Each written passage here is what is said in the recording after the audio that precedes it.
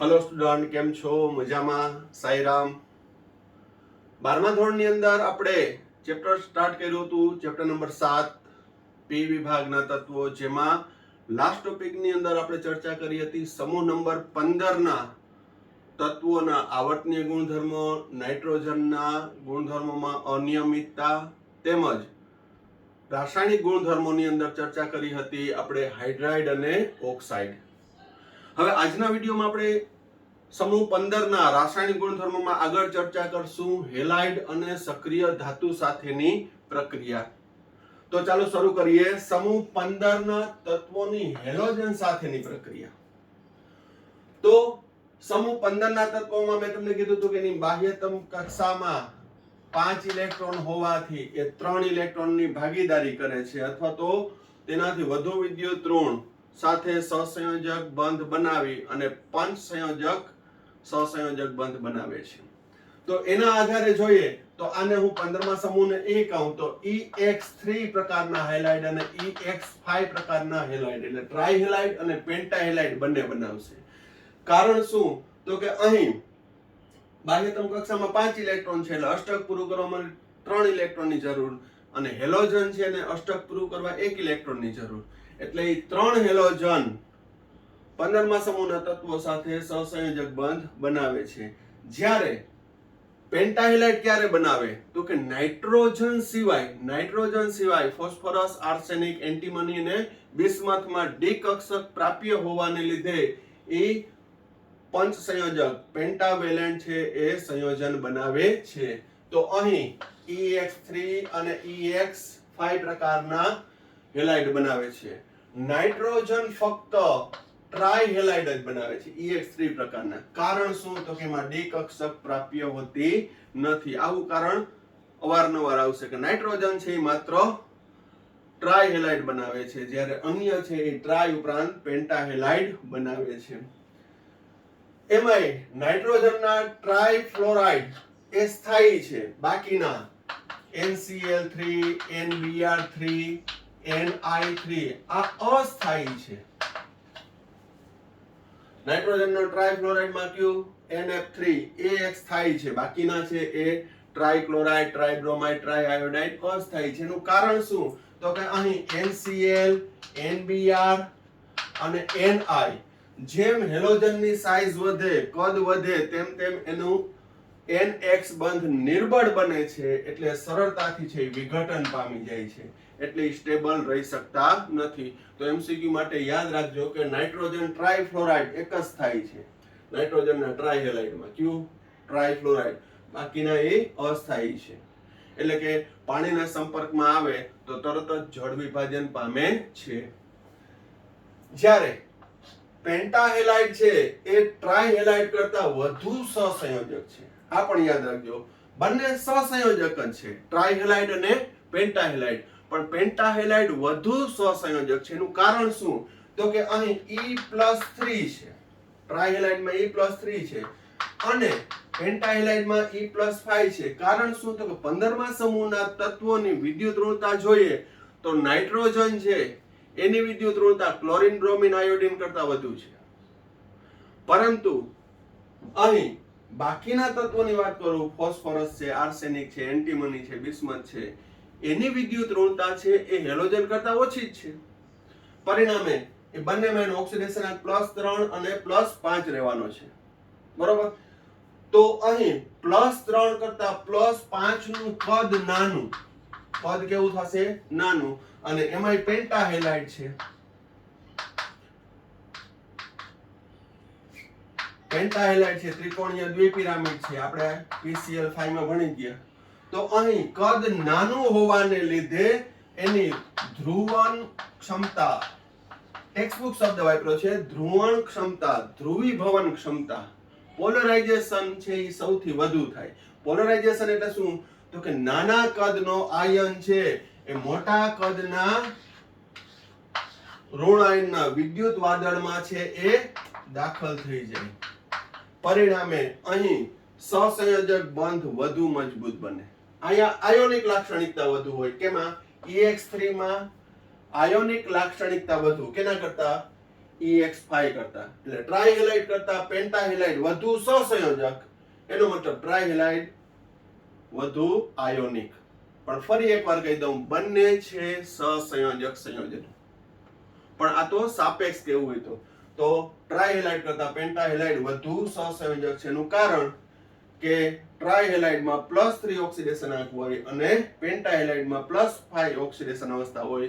+5 ને લીધે એનું આયન કદ નાનું બને અને નાનું હોવાથી ધ્રુવણ ક્ષમતા, ધ્રુવીભવન ક્ષમતા, પોલરાઇઝેશન છે એ વધુ કરે, અને જેની ધ્રુવણ ક્ષમતા વધુ તે વધુ સહસંયોજક લાક્ષણિકતા ધરાવે છે. એટલે અહીં હું PCl3 કહું અને PCl5 કહું તો PCl5 વધુ સહસંયોજક થયો. ત્યારબાદ બિસ્મથ ટ્રાયફ્લોરાઇડ છે આયોનિક છે, બાકીના બધા જે છે એ કેવા થશે? સહસંયોજક. તો સમૂહ 15 નું ક્યુ ટ્રાયહેલાઇડ આયોનિક છે તો એ બિસ્મથ ટ્રાયફ્લોરાઇડ, કારણ કે બિસ્મથ છે એ ધાતુ છે અને ધાતુના ટ્રાયફ્લોરાઇડ છે એ આયોનિક છે. પરંતુ ક્લોરાઇડ, બ્રોમાઇડ, આયોડાઇડ જેમ જેમ કદ વધે, ઋણાયનનું કદ વધે, ધનાયનનું કદ નાનું બને તેમ સહસંયોજક લાક્ષણિકતા વધે છે. એટલે કે ફ્લોરિન થી આયોડિન તરફ જાય તેમ સહસંયોજક લાક્ષણિકતા વધશે. અહીં કોઈ પણ માં કહી શકાય PF3 less than PCl3 less than PBr3 less than PI3. તો ટ્રાયફ્લોરાઇડ થી ટ્રાયઆયોડાઇડ તરફ જાય તેમ સહસંયોજક લાક્ષણિકતા વધશે. કારણ શું? તો કે ઋણાયનનું કદ મોટું બને છે, જે આપણે ફઝાન રોલમાં પણ ભણી ગયા હતા. તો મેં તમને કીધું કે આ ચેપ્ટરની અંદર છે આવી નાની નાની બાબતો MCQ માટે ખૂબ જ અગત્યની છે. ઝીણી બાબતો કે જે કોમ્પિટિટિવ લેવલના MCQ ની અંદર ઇવન ગુજરાત બોર્ડ અને ગુસ્સેટમાં પણ સારા લેવલના, હું તો કહું નીટ કરતા પણ આ વખતે ગુસ્સેટના છે એ સારા લેવલના ક્વેશ્ચન હતા, તો એમાં એ ઉપયોગી થશે. અને આ ચેપ્ટરમાં ફરી એકવાર કહી દઉં કે ડે ટુ ડે નું દરેક વસ્તુ છે એ ગ્રાસ્પ થઈ જવું જોઈએ, તમારે એની અંદર યાદ રાખી લેવાનું, એ રીતની મહેનત કરવાની, બરોબર. અહીં હું મુદ્દાઓ છે એને સરળ બનાવીશ, પણ એન્ટાયરલી એ યાદ રાખવાના મુદ્દા છે. સમજાવું, જે તે મુદ્દાઓ છે એને ક્લિયર કરાવવું, પણ છતાંય એનું સ્ટોરેજ એ કાયમી યાદ રાખવા માટે તમારે દ્રઢીકરણ કરવું જરૂરી છે. તો આ વાત થઈ ટ્રાયહેલાઇડ અને પેન્ટાહેલાઇડની. તો શું ટ્રાયહેલાઇડ પેન્ટાહેલાઇડ બનાવે છે?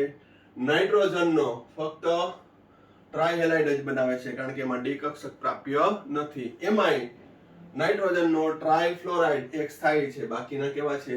અસ્થાયી. એનું કારણ પણ કીધું કે NX બંધ છે એ સાઇઝ વધતા હેલોજનની નિર્બળ બને છે.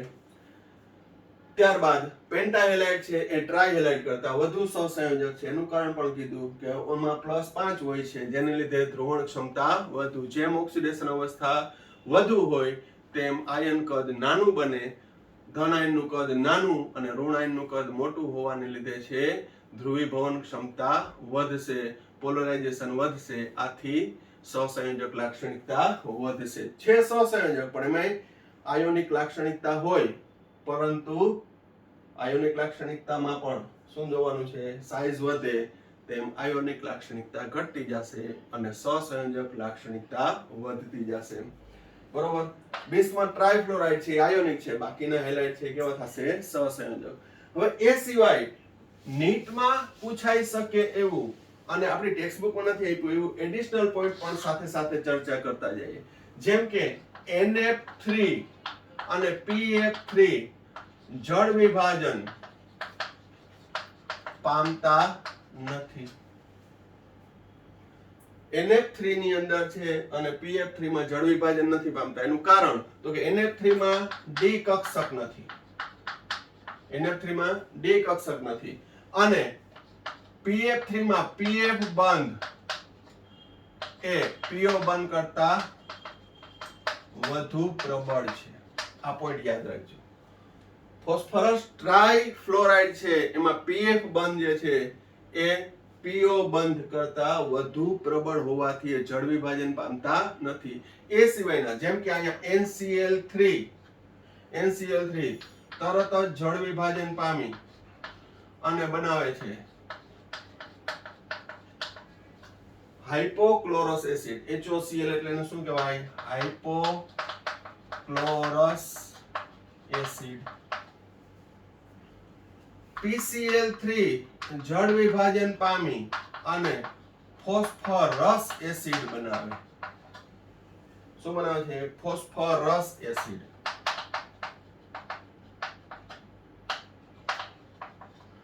આર્સેનિક ટ્રાઇક્લોરાઇડ જળ વિભાજન પામી આર્સેનિક ઓક્સાઇડ બનાવે વત્તા HCl.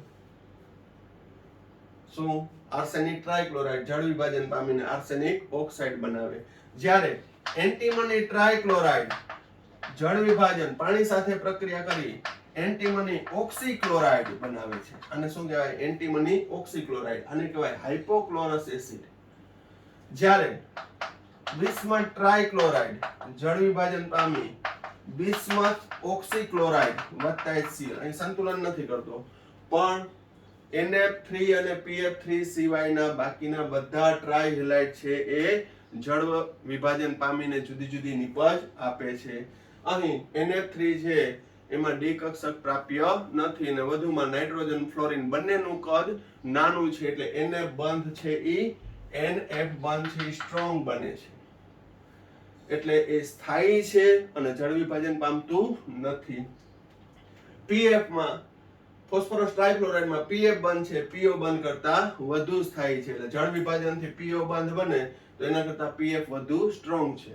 પણ ઈ સિવાયના ટ્રાઇહેલાઇડની વાત કરું જેમ કે NCl3 તો હાઇપોક્લોરસ એસિડ, PCl3 તો ફોસ્ફરસ એસિડ, આર્સેનિક ક્લોરાઇડ તો આર્સેનિક ઓક્સાઇડ બનાવે. આર્સેનિક એસિડ બનાવશે પણ એ પણ અનસ્ટેબલ છે એટલે આર્સેનિક ઓક્સાઇડ બનાવે.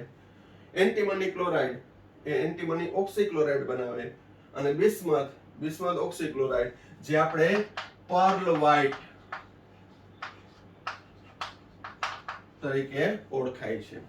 તો આ એના ટ્રાઇહેલાઇડનું જળ વિભાજન થયું. હજી આપણે એડિશનલ પોઈન્ટ જોઈએ તો આ નોંધ કરી નાખજો કારણ કે આ ટેક્સ્ટ બુકમાં આપ્યું નથી, એકદમ એટલી ડિટેલમાં આપી નથી. આ ઉપરાંત ટ્રાઇહેલાઇડ લુઈસ એસિડ તરીકે પણ વર્તે છે. કેના તરીકે વર્તે છે? લુઈસ એસિડ તરીકે. પણ એમાં પણ અપવાદ આવશે કે NF3 એની પાસે ડી કક્ષક નથી નાઇટ્રોજન ટ્રાઇફ્લોરાઇડ સાથે. પણ એ સિવાય જેમ કે એન્ટીમની ટ્રાઇફ્લોરાઇડ વત્તા ફ્લોરાઇડ તો અહીં બનાવશે SbF5-2. અહીં ફ્લોરાઇડ ઇલેક્ટ્રોન યુગ્મ આપે છે એન્ટીમનીની ડી કક્ષકમાં દાખલ થઈને SbF5-2 બનાવે. ત્યારબાદ અહીં એસિડિકતાનો ક્રમ PCl3 PbR3 PI3 ફોસ્ફરસના ટ્રાઇહેલાઇડની acidic strength છે એ ક્લોરાઇડ થી આયોડાઇડ તરફ જાય તેમ વધે છે. તો આ પણ લુઈસ એસિડ તરીકે વર્તે. ક્યાં? ટ્રાઇહેલાઇડ. તો આ સિક્વન્સ આ બંને યાદ રાખજો. એમાં નાઇટ્રોજન ટ્રાઇફ્લોરાઇડ છે એ કેવો થશે? તો કે લુઈસ એસિડ તરીકે વર્તતો નથી. પણ ઈ સિવાયના ટ્રાઇહેલાઇડ છે એ લુઈસ એસિડ ગુણધર્મ ધરાવે છે. આ પણ ટેક્સ્ટ બુકમાં નથી આપ્યું, જેની એડિશનલ નોંધ કરજો. ત્યારબાદ સમૂહ 15 ના ધાતુ તત્વો સાથેની પ્રક્રિયા. હવે ધાતુ તત્વો સાથેની પ્રક્રિયામાં જોઈએ તો ધાતુ છે એ તો વિદ્યુત ધનમય છે જેમ કે કેલ્શિયમ છે, મેગ્નેશિયમ છે, ઝિંક છે. આ બધાની વિદ્યુત ધનમયતા એ સમૂહ 15 ના તત્વો કરતા વધુ હોવાથી દરેકમાં -3 ઓક્સિડેશન અવસ્થા ધરાવતા સંયોજન બનાવશે. જેમ કે કેલ્શિયમ નાઇટ્રાઇડ માં લઉં તો કેલ્શિયમ +2 અને નાઇટ્રાઇડ N-3. તો calcium nitride, calcium phosphide, sodium arsenide Na3AS, Na+ arsenic -3. તો અહીં સક્રિય ધાતુ સાથેની પ્રક્રિયામાં સમૂહ 15 ના તત્વોની ઓક્સિડેશન અવસ્થા બધી કેવી રહેશે? -3. Calcium nitride, calcium phosphide, sodium arsenide, zinc antimonide, magnesium bismuthide, magnesium bismuthide. પણ એ ઓછું સ્ટેબલ હશે કારણ કે બિસ્મથ છે એ ધાતુ છે એટલે એની -3 ઓક્સિડેશન અવસ્થા સ્થાયી ન હોય, પણ છતાં એ સંયોજન બનાવે છે કે જેમાં એની ઓક્સિડેશન અવસ્થા -3 છે, પણ એ બહુ અનસ્ટેબલ છે. બરોબર. પણ આ calcium nitride, calcium phosphide, sodium arsenide, zinc antimonide આ બધા છે એ સંયોજનોમાં એની ઓક્સિડેશન અવસ્થા -3 હોય છે. તો અહીં સમૂહ 15 ના વ્યાપક રાસાયણિક ગુણધર્મો છે એ પૂરા કરીએ છીએ. વ્યવસ્થિત નોંધ કરી લેજો.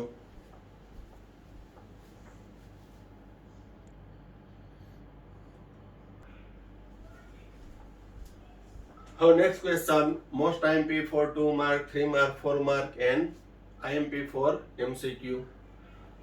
હવે આપણે લેશું 15મા સમૂહના તત્વો ની બનાવટ, તેના સંયોજનની બનાવટ, એના ગુણધર્મો, ઉપયોગ વગેરેની. તો એમાં પેલું ડાયનાઇટ્રોજન N2 વાયુની બનાવટ. તો N2 વાયુની બનાવટ છે એ JEE ના નીટ લેવલમાં પણ છે, ક્વેશ્ચન તરીકે પૂછાયેલી છે, MCQ તરીકે પૂછાયેલી છે કે કયા ઉષ્મીય વિઘટન દ્વારા ડાયનાઇટ્રોજન મળશે, અતિ શુદ્ધ ડાયનાઇટ્રોજન કઈ રીતે મળશે. તો આપણે પહેલા એની રીત જોઈએ. પહેલું, વ્યાપારી ધોરણે ડાયનાઇટ્રોજન છે એ હવાના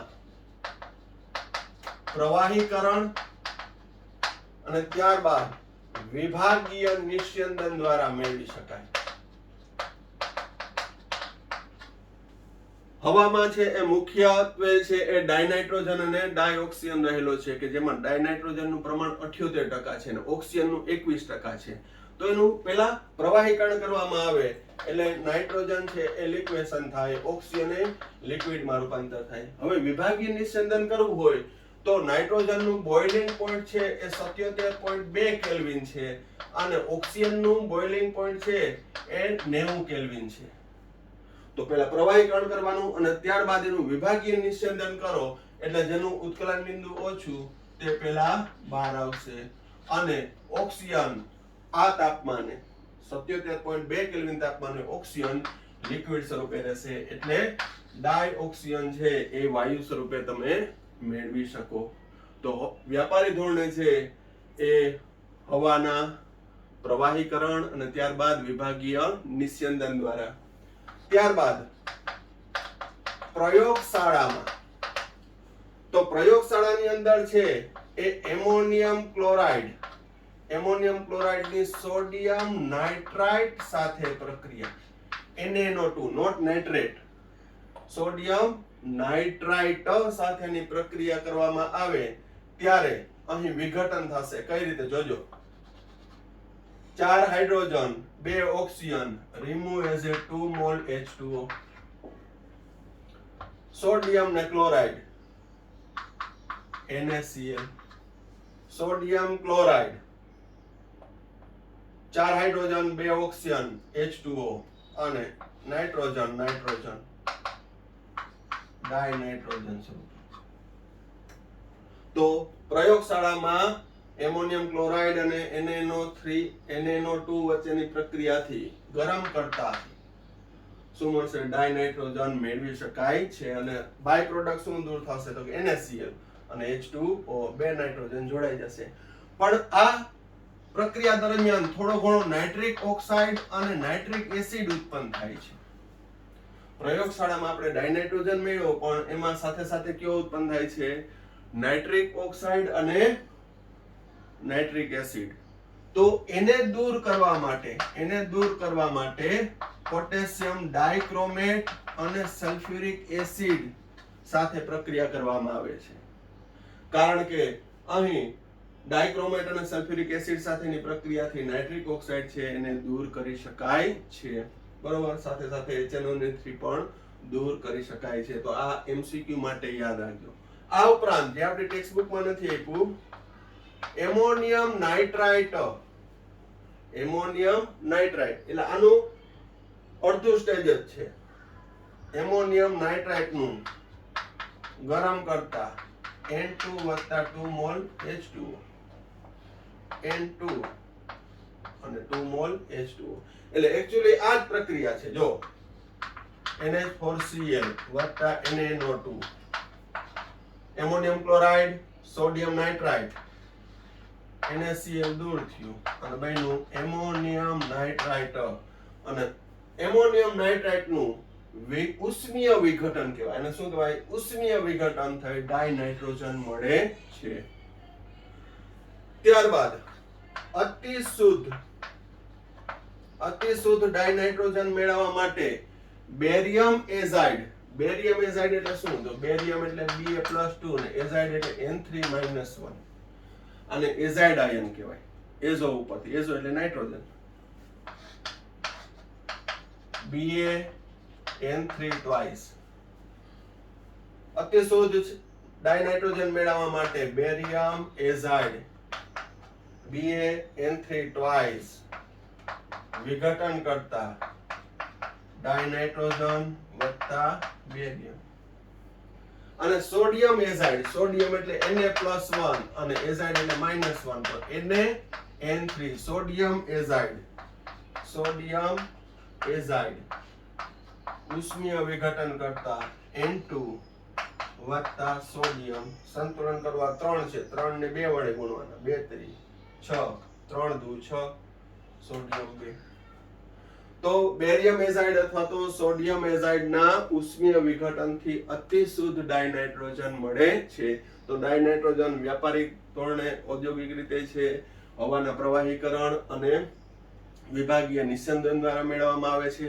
પ્રયોગશાળામાં એમોનિયમ ક્લોરાઇડ અને સોડિયમ નાઇટ્રાઇટની પ્રક્રિયાથી ઉષ્મીય વિઘટન દ્વારા. હજી ઉષ્મીય વિઘટનની એક પ્રક્રિયાની ચર્ચા બાકી રહી ગઈ. એમોનિયમ ડાયક્રોમેટ નું ઉષ્મીય વિઘટન કરવું. Ammonium dichromate NH4 twice Cr2O7. Ammonium એટલે NH4+ અને ડાયક્રોમેટ એટલે Cr2O7-2.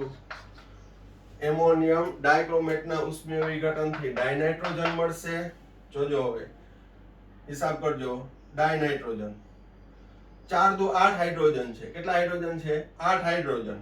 8 હાઇડ્રોજન અને 4 ઓક્સિજન, 4 H2O. 4 દુ 8, 8 હાઇડ્રોજન અને આમાંથી 4 ઓક્સિજન અને રહ્યો શું? Cr2 અને O3. હિસાબ તરત થઈ ગયો. બાય પ્રોડક્ટ ઉપનિપદની પણ યાદ રાખવાની જરૂર નથી, પણ ટેકનિક થી વિચારો તો શું? નાઇટ્રોજન 4 દુ 8 હાઇડ્રોજન, 8 હાઇડ્રોજન અને 4 ઓક્સિજન લઈ H2O સ્વરૂપે દૂર થાય. 2 ક્રોમિયમ રહ્યા અને 4 તો ઓક્સિજન વયા ગયા એટલે 3, તો Cr2O3. આ રીતે છે એ તમે સમીકરણ યાદ રાખજો, કારણ કે આની અંદર અસંખ્ય સમીકરણ આવશે. હજી આપણે નાઇટ્રોજનની વાત કરી. નાઇટ્રોજનના ઓક્સાઇડ આવશે, નાઇટ્રોજનના હેલાઇડનું ડિટેલ આવશે, ફોસ્ફરસના ઓક્સાઇડ આવશે, ફોસ્ફરસના હેલાઇડ આવશે, એના ઓક્સો એસિડ આવશે, ઘણું બધું. ટૂંકમાં એક સમૂહ છે એ એક ચેપ્ટર જેટલી લેન્થ ધરાવે છે. બરોબર? તો આ રીતે છે એ વ્યવસ્થિત સમજતા જાજો અને દરેક પ્રક્રિયા સમીકરણ છે એ મોઢે લખવાની ટેવ રાખજો કે જેથી તમારા હાથને એ ટેવ પડે. બરોબર? અને આ રીતે પોઈન્ટ વાઇઝ કે ભાઈ પ્રયોગશાળામાં ઉષ્મીય વિઘટન દ્વારા અતિ શુદ્ધ કઈ રીતે મેળવવામાં આવે છે.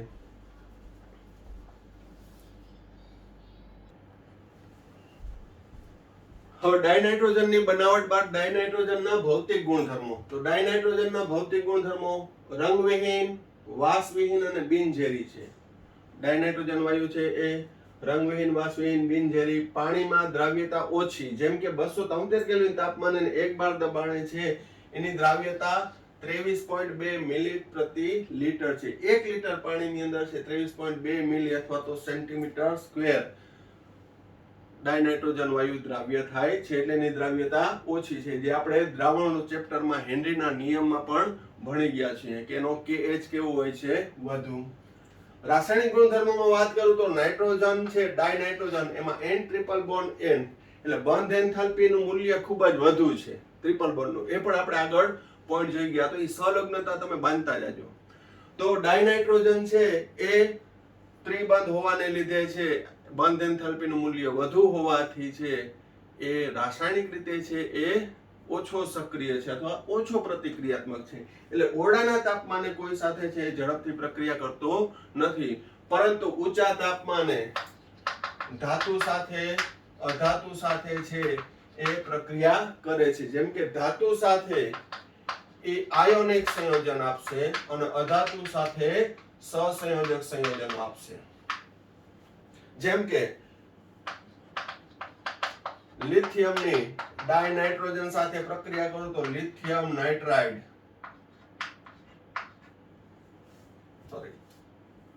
લિથિયમ +1 નાઇટ્રાઇડ -3 લિથિયમ નાઇટ્રાઇડ સંતુલન કરીએ આપણે અહીંયા 2 6. મેગ્નેશિયમ સાથે ડાયનાઇટ્રોજન magnesium nitride Mg+2 N-3. Calcium સાથે સંતુલન કરીએ આપણે અહીંયા 2 છે 3 કેલ્શિયમ નાઇટ્રાઇડ Ca3N2 3.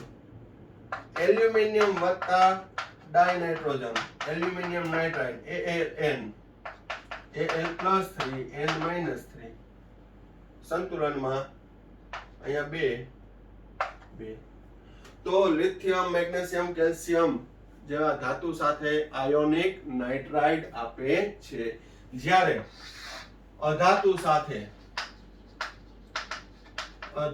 સાથે જેમ કે અધાતુનો ઉલમ બોરોન ની નાઇટ્રોજન સાથેની પ્રક્રિયાથી બોરોન નાઇટ્રાઇડ Bn સંતુલનમાં અહીંયા 2. બોરોન નાઇટ્રાઇડ છે એ અકાર્બનિક ગ્રેફાઇટ છે. એનું બંધારણ છે બોરોન નાઇટ્રાઇડ નું બંધારણ છે ગ્રેફાઇટ જેવું છે. ગ્રેફાઇટ નું કેવું છે ષટકોણીય જાળીદાર. એવી રીતે અહીંયા બોરોન નાઇટ્રાઇડ એ અકાર્બનિક ગ્રેફાઇટ જેવું બંધારણ છે, એટલે એને અકાર્બનિક ગ્રેફાઇટ તરીકે ઓળખાય છે. બરોબર. ત્યારબાદ ડાયનાઇટ્રોજનની ડાયહાઇડ્રોજન સાથે 773 કેલ્વિન તાપમાને 200 વાતાવરણના દબાણે Fe અથવા FeO ઉદ્દીપકની હાજરીમાં પ્રક્રિયા કરતા ખૂબ જ પ્રખ્યાત એવી પ્રક્રિયા એમોનિયાનું ઉત્પાદન હેબર વિધિ દ્વારા. તો ડાયનાઇટ્રોજન હાઇડ્રોજન સાથે પ્રક્રિયા કરીને શું બનાવે છે? એમોનિયા બનાવે છે. ડાયનાઇટ્રોજન ઓક્સિજન સાથે ગરમ કરતા નાઇટ્રિક ઓક્સાઇડમાં રૂપાંતર થાય છે, પણ એ પણ ઊંચું તાપમાન જરૂરી છે. અથવા તો નાઇટ્રોજન અને ઓક્સિજન જ્યારે આકાશમાં વીજળી થતી હોય, જ્યારે વીજળીના ઝબકા લે છે એ નાઇટ્રિક ઓક્સાઇડ બનાવે છે. જો એ સક્રિય હોત તો તકલીફ પડી જાત. નાઇટ્રોજન છે ઓક્સિજન સાથે પ્રક્રિયા કરી તો આપણે ઓક્સિજન મળત જ નહીં. ઓક્સિજન સિલિન્ડરને રિચાર્જ કરાવવા પડે. બરોબર. તો નાઇટ્રોજનની પ્રતિક્રિયાત્મકતા ખૂબ જ ઓછી હોવાથી ઊંચા તાપમાને એ ધાતુઓ સાથે આયોનિક નાઇટ્રાઇડ અને અધાતુ સાથે છે સહસંયોજક નાઇટ્રાઇડ સંયોજનો આપે છે. બરોબર. તો આ થયા એના ભૌતિક અને રાસાયણિક ગુણધર્મો. વ્યવસ્થિત રીતે જોઈ લ્યો.